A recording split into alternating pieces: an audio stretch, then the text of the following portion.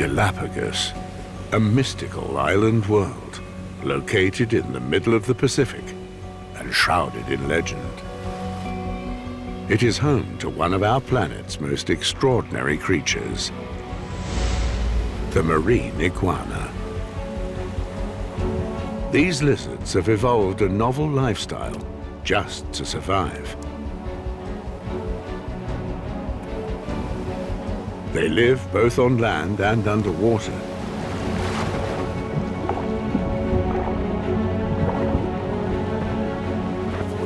They fight with the same spirit as they cuddle.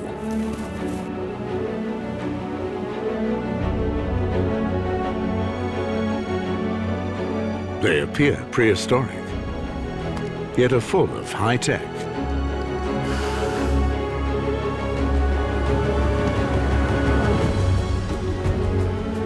Their unique way of life has worked for millions of years.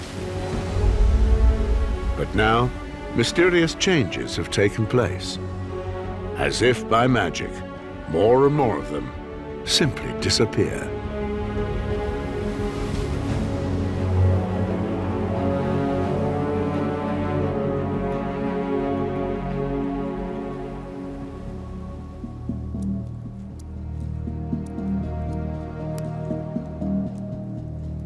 Marine iguanas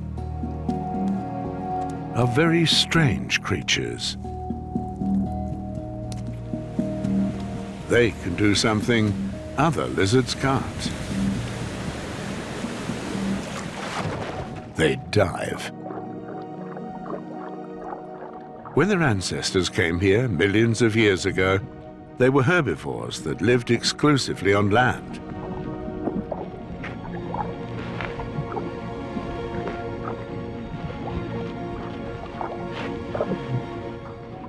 But the best source of plant life here on the barren volcanic islands was underwater. Algae. This is what they learned to swim for, and even how to dive.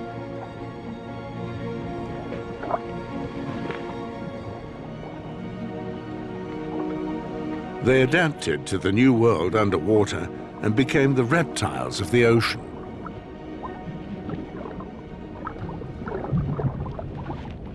They can hold their breath for at least 20 minutes.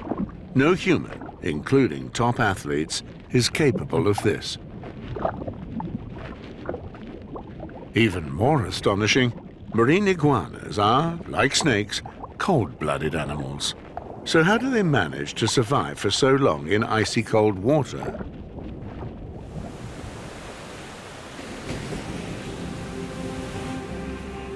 Marine iguanas have one thing in common with all reptiles.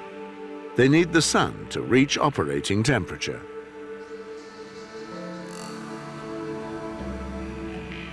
The iguana's ancestors had much lighter skin.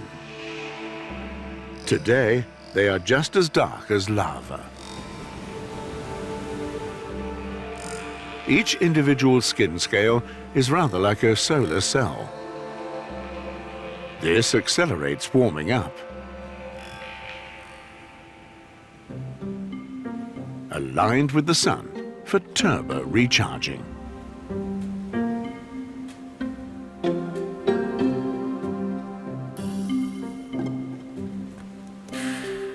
No one can be quite close enough.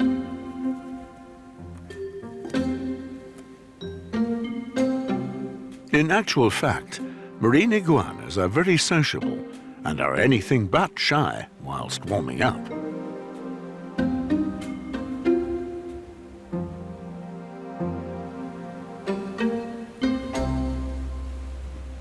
Equipped with all of these tricks, the reptiles manage to survive their long dives in cold water. These conditions illustrate just how unbelievable their adaptability is.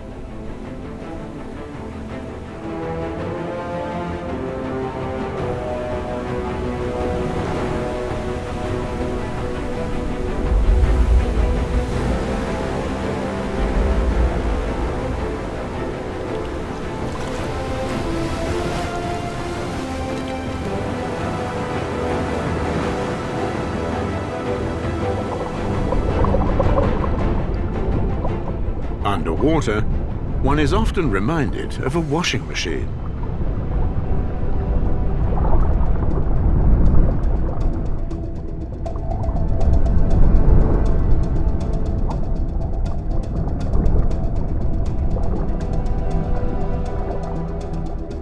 The marine iguana has no choice.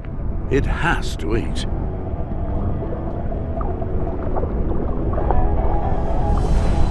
It's almost impossible to find support anywhere in the currents. But it manages with the help of its enormous claws.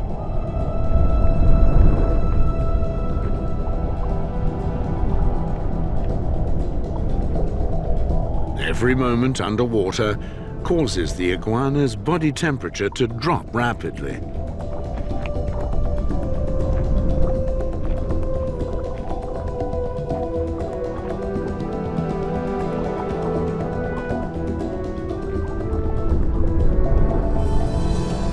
Even the strongest must give up at some point.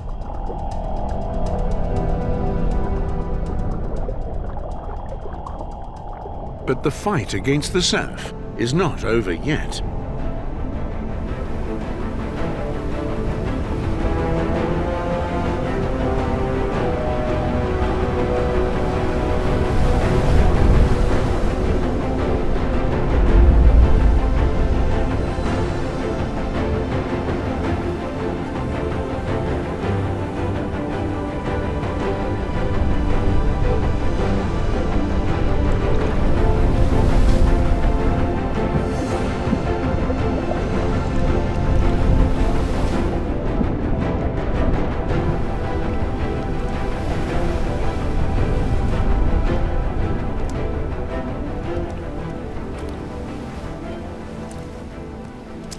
Done. Whatever Mother Earth demanded of them throughout the course of millions of years, the marine iguanas passed all the tests. They are real superheroes. But the story of these animals has begun to change in recent times.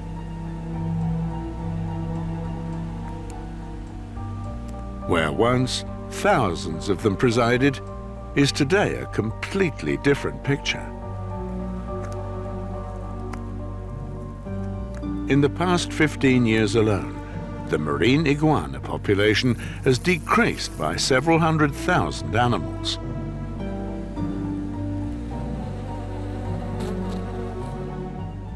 The mystery of their disappearance is like a 1,000-piece jigsaw puzzle.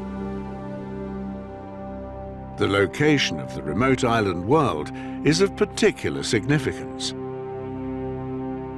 Galapagos lies some 1,000 kilometers off the South American coast, almost exactly on the equator. The island group comprises 13 main islands and hundreds of smaller rocks and isles.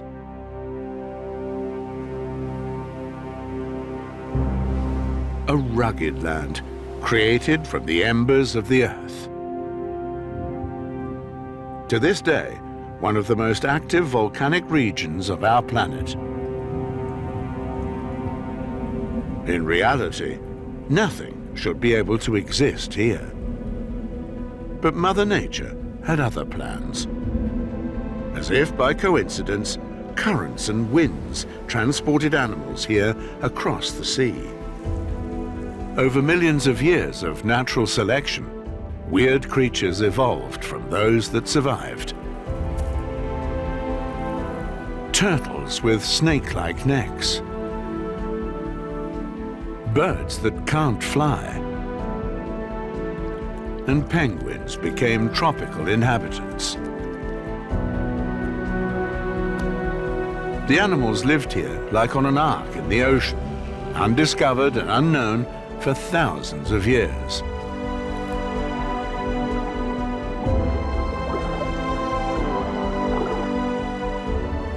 But one man's visit changed all of this. When natural scientist Charles Darwin visited the islands in 1835, his observations led to a new theory on how species originate.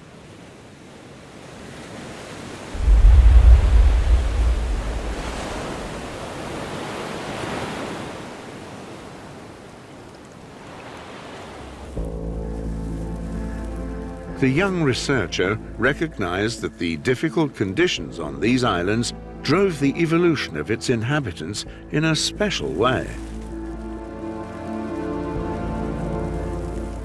Darwin was convinced that the scarcity of food on the volcanic islands once forced the lizards to become sea dwellers.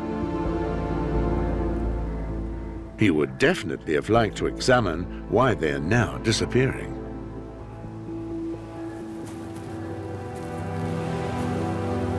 Whole generations of young biologists walk in Darwin's footsteps.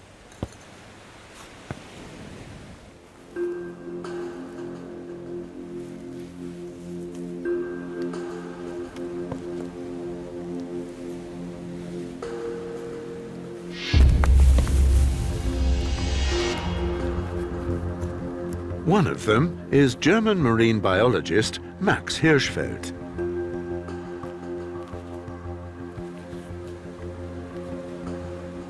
Together with international colleagues, he attempts to discover the secret behind the strange disappearing act. The team of biologists and vets undertake comprehensive investigations on the lizards.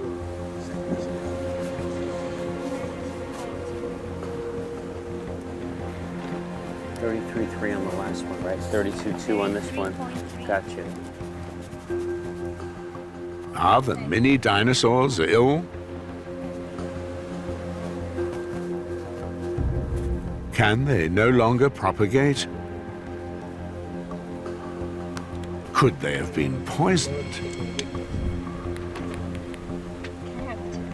Or are none of these presumptions valid? The scientists have to consider all of the possibilities.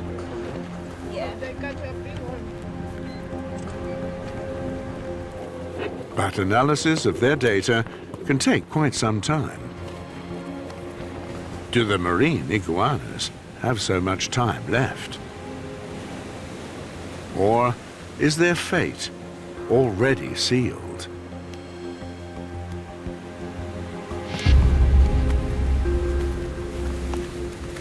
The pressure on the scientists is enormous. Do they have any chance of saving the mini dinosaurs? Whatever the cause for their disappearance, the problem has to lie in the present day.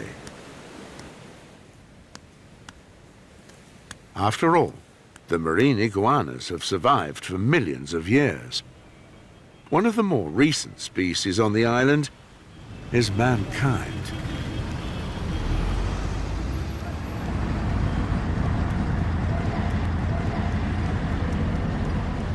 Tourism is booming, and for good reason. Nothing but nature, even on arrival.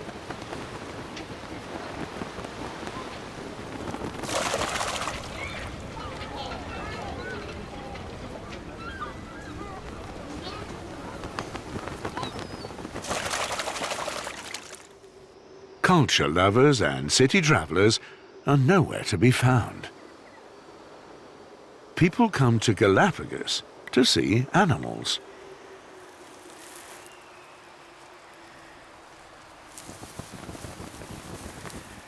Hardly any other place on this earth offers the possibility to observe and come face to face with so many exotic animals.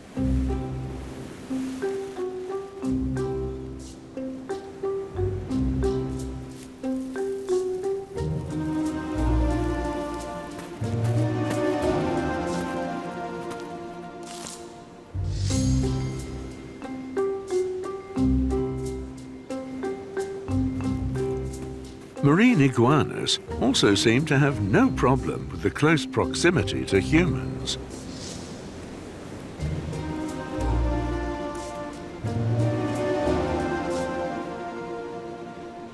But to which cost? Since 1980, the visitor count has risen from 10,000 to 200,000, 20 times more.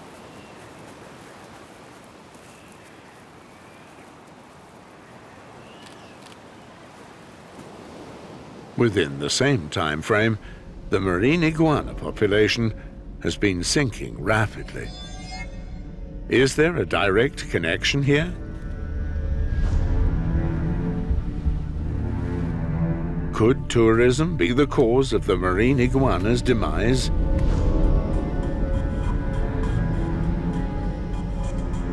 Does the closeness to humans cause them stress, or do the visitors transmit diseases to the animals?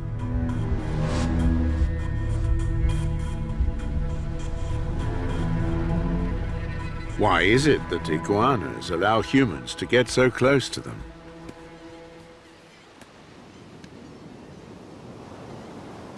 To find out, let us first observe the iguana's neighbors. Galapagos cormorants once had completely normal wings.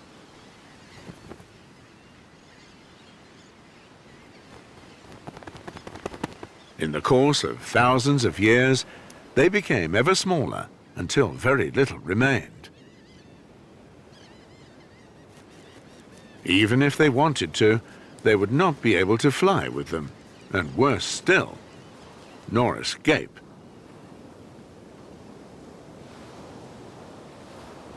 But why should a bird lose its ability to fly?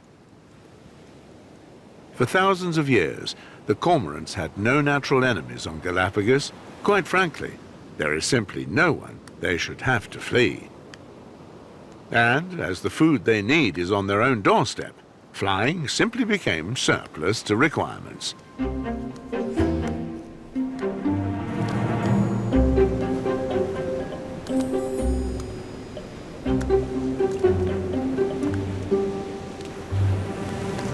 It just became more important to be able to hunt underwater than to fly.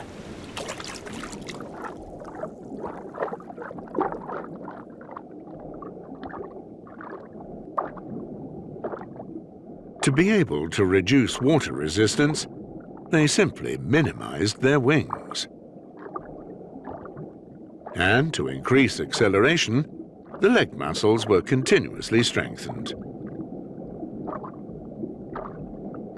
No other cormorants dive as deep and as long as the Galapagos variety.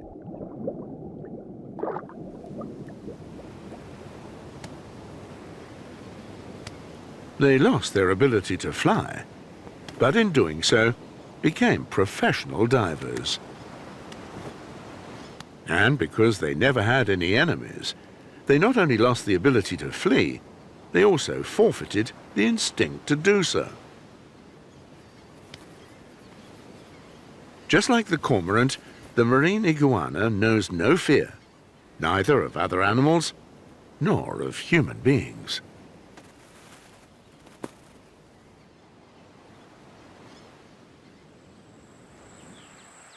But cormorants and iguanas are not alone in this.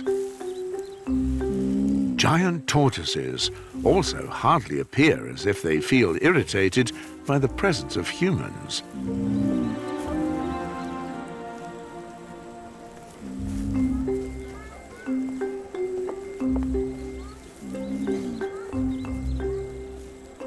We could even stroke them. But this is fortunately prohibited. One thing is certain, we need strict rules for the animal's protection, and these are in place on the Galapagos Islands. It is prohibited to leave marked paths. Tourist groups can only visit when accompanied by a park ranger. And no one may approach the animals within 2 meters.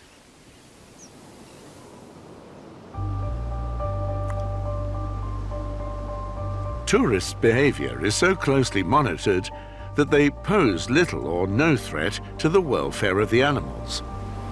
And yet another fact supports the thesis that tourists are not the guilty party. A large area of the Galapagos Islands has been declared inaccessible to visitors, and where there are no humans, the marine iguanas also disappear.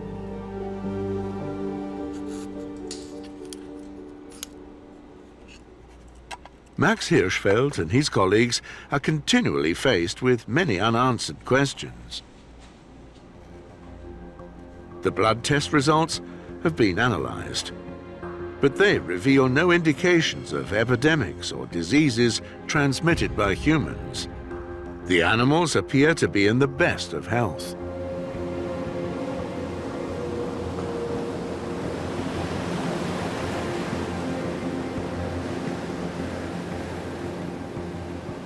If diseases are not the cause, what could then be the reason for the disappearance of the animals? One hot lead takes us to the coastal town of Puerto Villamil. The small township boasts 2,000 inhabitants and is located on the island of Isabela. Here, nature and animals merge with city life. The borders are in flux.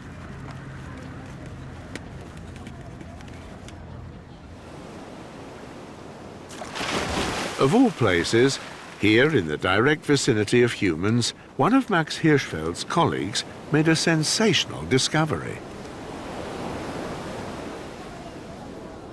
Directly beneath the observation tower El Mirador, biologist Catherine Tosney finds the ostensibly impossible: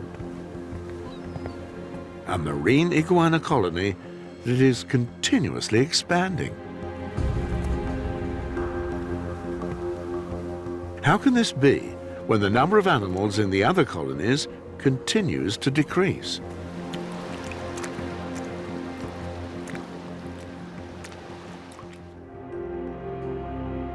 Examinations elsewhere on the island of Isabela revealed that the death rate of the marine iguana babies stood at up to 90%. The only exception? The marine iguana colony in Puerto Villamil.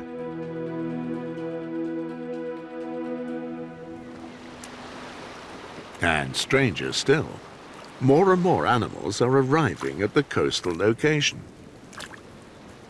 Pregnant females walk huge distances to lay their eggs here.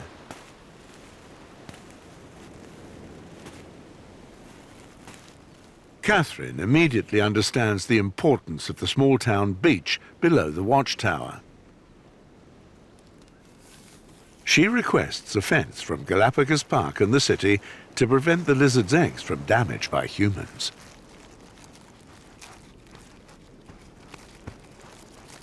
But the considerable appeal of the area also has its disadvantages.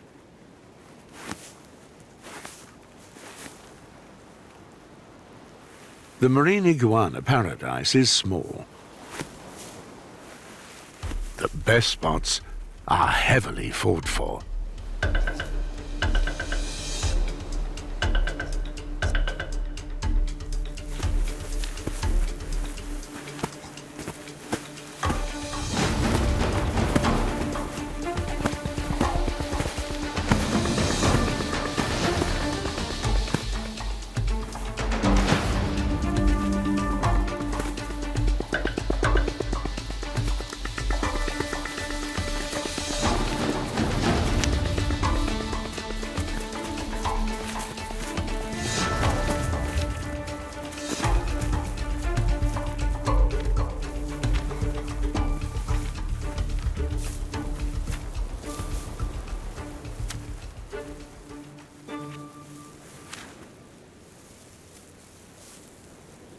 The nesting places in the sand are an important factor, but they cannot be the only reason why the area is so successful.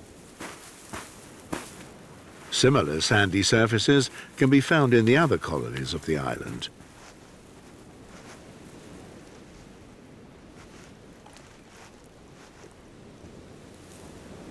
Catherine switches her observations to the marine iguana babies.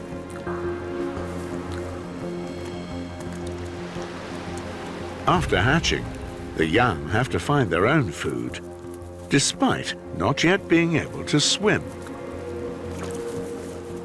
This is why flat stones, overgrown with algae that are uncovered at low tide, are ideal.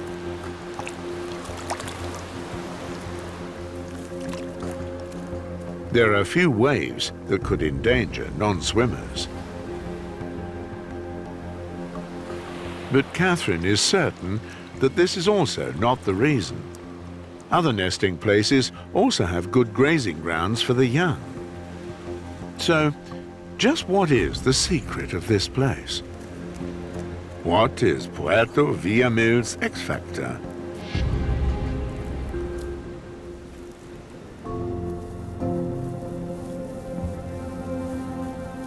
Perhaps the answer cannot be found in Puerto Villamil, rather outside in the remote wildernesses of the islands.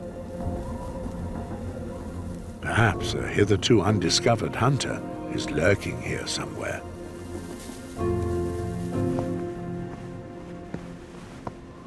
And it is this question that National Park Ranger Christian Sevilla wants answering.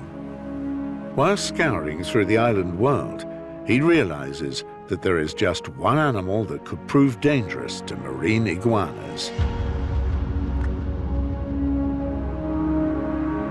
The Galapagos Hawk is the island's largest bird of prey.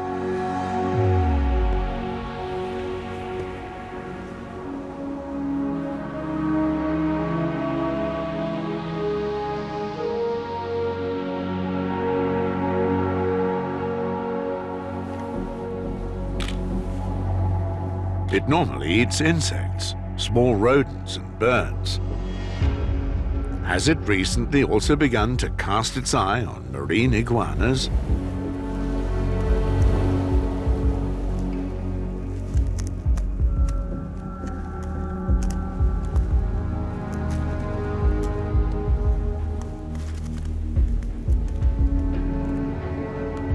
The reptiles are obviously unaware of the danger.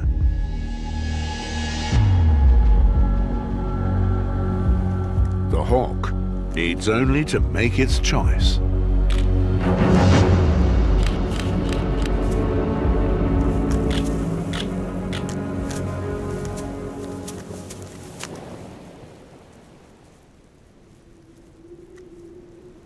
Is this bird of prey responsible for the demise of the iguanas? Have the hawks changed their prey preferences, or have they become so plentiful that they simply gobble down iguanas at will?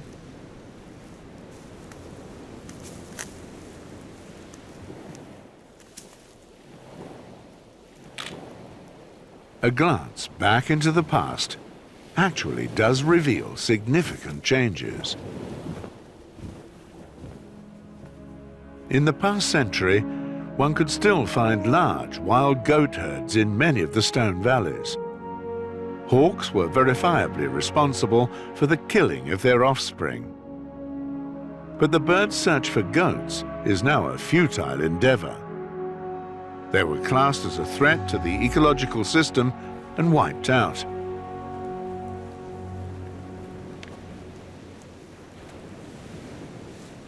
After many weeks of observation, it became clear that the hawk does grab the odd lizard or two.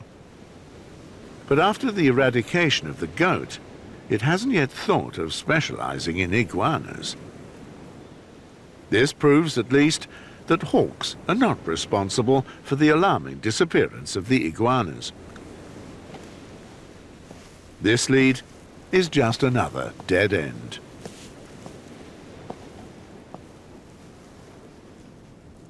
Biologist Catherine Tosney, on the other hand, is one step further. She makes disturbing observations in a marine iguana colony well away from Puerto Villamil.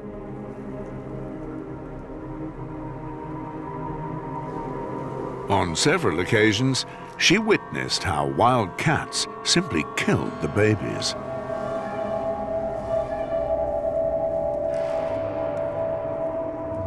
Even though feral cats are timid and rarely seen, Catherine assumes that hundreds of them go hunting for the marine iguanas. In Puerto Villamil, however, the numbers of iguana babies steadily increases, despite the vicinity of humans and their domestic animals. But what is so different here? After years of detective work, Catherine has discovered why the colony here is so successful. The decisive difference is this crevice in the shadow of the observation tower. Catherine noticed that the babies find shelter here. The young animals are only safe from the water-shy cats when they hide in the crevices, narrow and partly submerged fissures. As unbelievable as it may sound, a refuge such as this is nowhere to be found in other nesting places. The babies were safe for thousands of years, until humans arrived, and with them, the cats.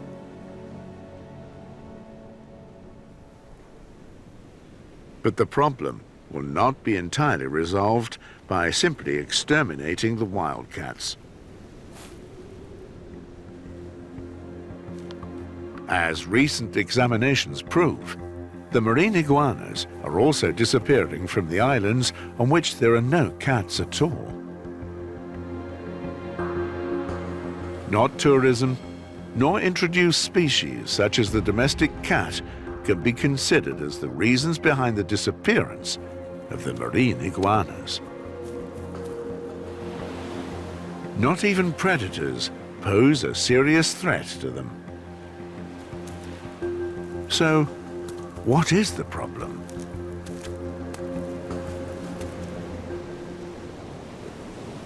The disappearance of the iguanas could be connected with the changes in the sea. Oceanologist Dr. Luis Vinuesa suspects that this could be the case. He has been researching the sea and algae growth off Galapagos for years. He observed how the sea abruptly changes at regular intervals. The otherwise green algae garden has become a desert.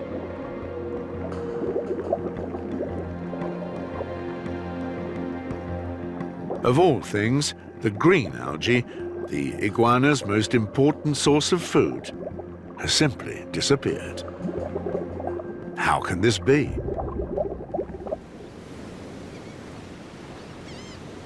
Several major ocean currents meet at Galapagos, including the especially cold and nutritious Humboldt current.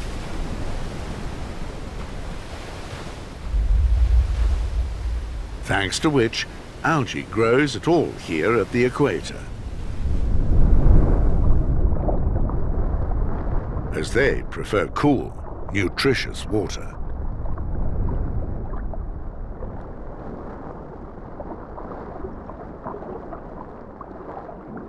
And most fish here love algae. It is due to them that life in this plenitude is at all possible.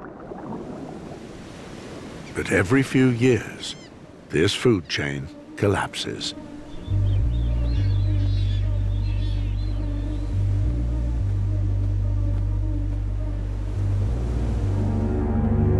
The underwater world changes into a desert.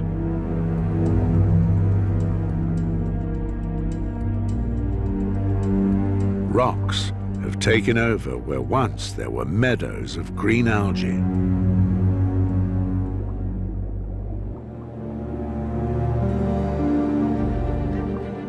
The animals search desperately for the last traces of food. including the marine iguanas. There is hardly anything edible on the barren rocks. Are the iguanas dying of starvation?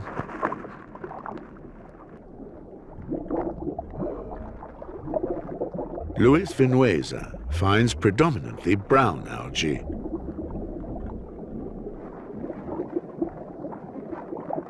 Are they the answer to the problem?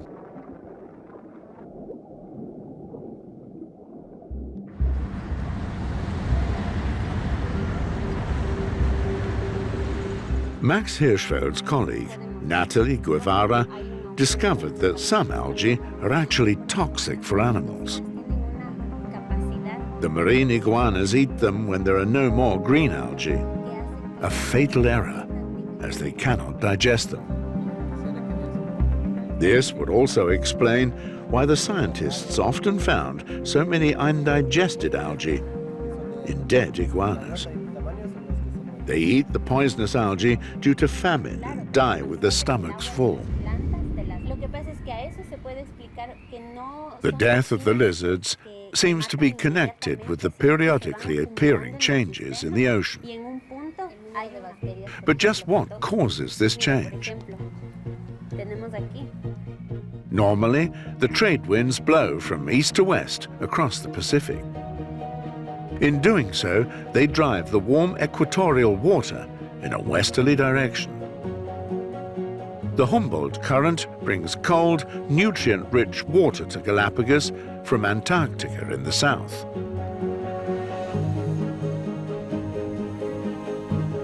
But every few years, the weather phenomenon with the name El Niño occurs. The trade winds slacken. Extremely warm water returns.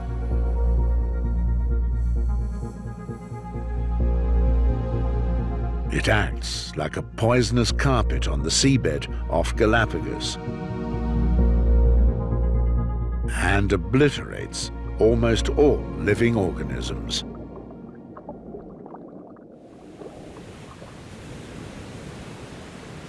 But this weather phenomenon is hardly new. It has been occurring regularly now for millions of years. The marine iguanas are certainly used to the fact that El Niño pays a visit every few years. They have developed strategies with which to survive this weather phenomenon. In times of need, they minimize their muscles and fat reserves. But that's not all. Marine iguanas can shrink. They are the only animals in the world that can decrease their own bones. The marine iguanas don't just become thinner, they get shorter too. Thus, they use less energy and can survive the long periods of forced fasting during the El Niño days. Yet still their numbers are in decline. Why?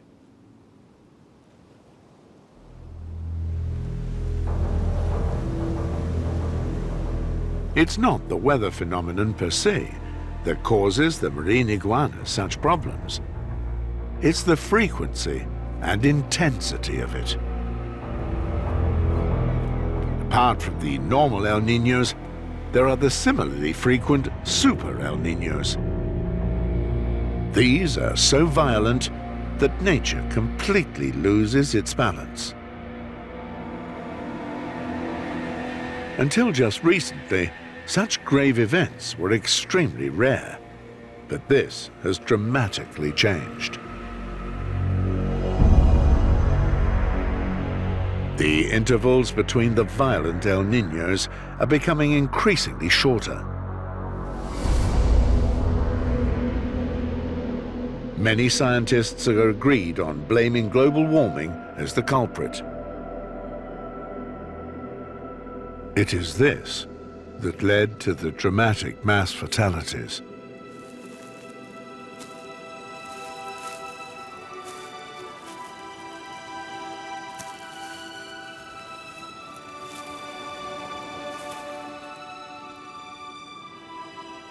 The regeneration period between the weather extremes is becoming shorter.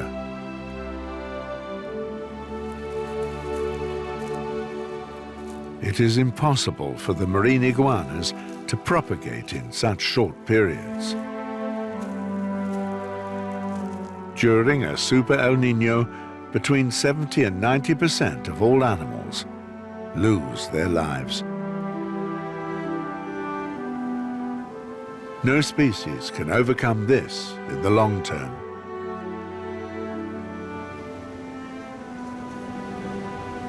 The marine iguanas on Galapagos are the best example of the far-reaching consequences of our actions.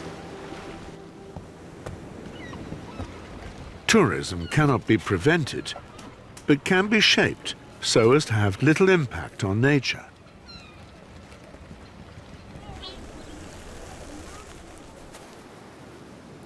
Simple measures can make a big difference to be able to ensure the reproductive success of the animals. The efforts and regular monitoring by committed scientists from all over the world supply an important contribution to the preservation of the species. But the cause of the large-scale mass dying is exclusively down to climate change. The mystery surrounding the deaths of the marine iguanas has been solved. But this doesn't leave much room for hope. These unique animals only have a future when mankind finds a way to stop global warming within the next few decades.